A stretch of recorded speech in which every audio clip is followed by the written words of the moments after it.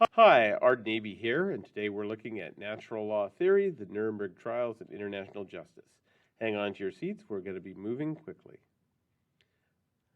Okay, after World War II, the crimes and atrocities of the Nazis, such as the Holocaust and other events, were almost universally regarded as so evil that they absolutely required punishments.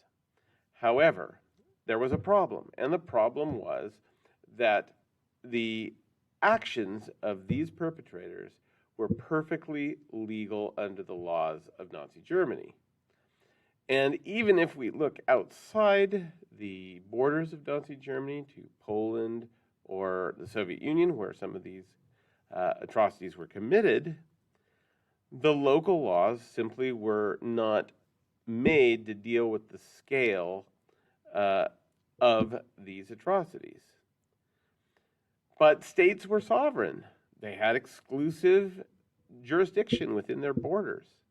So how could a trial like the IMT, the International Military Tribunal at Nuremberg, overcome this issue of sovereignty? The answer was natural law and universal jurisdiction. These concepts started to weaken the idea that states were absolutely sovereign and have allowed subsequent prosecutions of war crimes around the world to this day. Okay, so what is natural law? Natural law is a law which is created inherently by the nature of the universe and of humanity, the nature of humanity, which any human should be able to deduce from experience and observation regardless of culture. Where'd it come from? Well, on the religious side, that's the first place that we see it really fleshed out. And that's by Thomas Aquinas, writing in Summa Theologica in the 12th century.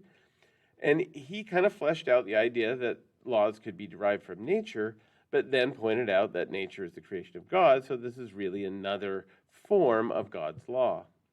But we're looking at secular natural law. Well, the ancients, like Plato and Aristotle, they used axioms of morality that they believed would be universally accepted, but they never fleshed out the concepts. For that, we have to go to the 17th century Netherlands and the work of Hugo Grotius, who was initially accepting of Aristotle's religious definition, but then clearly recognized that these laws could be deduced without reference to religion by anybody of any culture, any religion, or irreligion.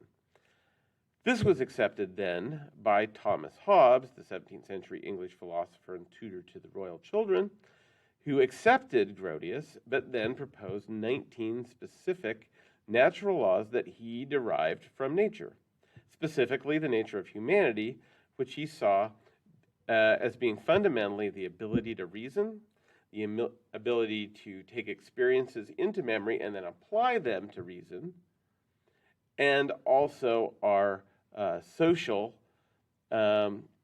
nature, which is our primary adaptation to a harsh world, also is creating natural laws of humanity.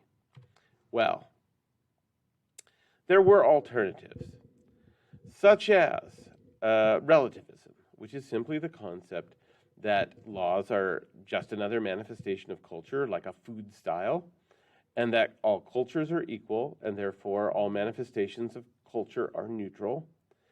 But that means that the laws of Nazi Germany were simply manifestations of Nazi culture and really can't be judged as anything but neutral manifestations. And therefore, the atrocities of the Nazis that were almost universally recognized as evil could not be prosecuted. Well, another possibility might be positivism. Positivism was the commonly accepted view of law before the Nuremberg trials. And that simply states, when applied to law, that a law is a rule promulgated by a final authority in a state. And whether that be a religious leader, a text like the Constitution, a legislative body, a monarch, or what have you. So In this view, sovereignty is again absolute. And that does not solve the dilemma of how the Nazi atrocities could be prosecuted. So what was accepted was natural law as the basis for the Nuremberg trials. So there were alternatives, even beyond the range of law, and that was to simply take the perpetrators and shoot them. Both Winston Churchill and Henry Morgenthau, who's the U.S. Secretary of Treasury, proposed at various times simply shooting the leading Nazis. But that would have been perilously close to what the Nazis themselves did. They just took people they didn't like and shot them. So trials were seen as necessary. But of what kind of crimes? Well, we already mentioned crimes against peace, but crimes against humanity, the very name, taken from natural law theory and the nature of humanity itself. But how is jurisdiction to be exercised? Well, the trials presume that there is universal jurisdiction, that the laws of nature's natural law, are universal in scope, and therefore jurisdiction is equally universal, and they can be tried by anyone at any time. So they specifically refer to this in the Charter. I won't read the whole thing, but they implicitly reference natural law and then say, the very essence of the Charter is that individuals have international duties which transcend the national obligations of obedience imposed by the individual state. Universal jurisdiction. Okay, and again, crimes against humanity as a large class of crimes prosecuted indicate by their very nature the use of natural law theory, because the humanity being referenced is the nature of humanity itself. So this was well received. The United Nations adopted it into its foundational documents in Resolution 95 right after the trials. So we can say that this was a success. They were able to conduct the trials under the basis of natural law theory. But it was a limited success in that there was a long pause of 14 years before it was ever referenced again.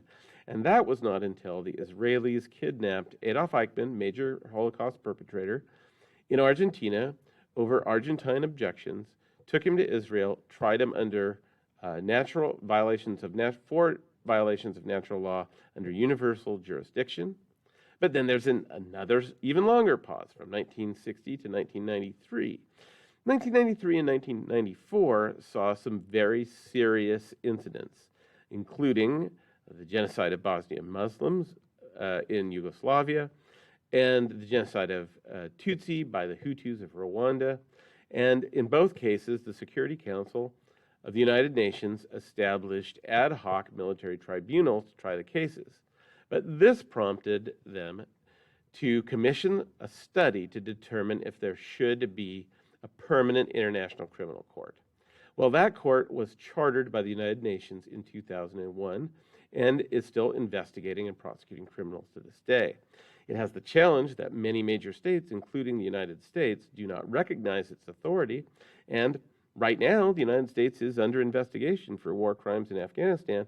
But the idea that those crimes, if they exist, will ever be punished is virtually nil, because the United States will not accept it. Still, there's a hope that the presence of the International Criminal Court will deter the worst possible outcomes that perpetrators might anticipate. Right now, it's being tested by potential crimes against humanity and genocide against the Muslim Uyghurs by China, and the Muslim Rohingya by Myanmar, aka Burma.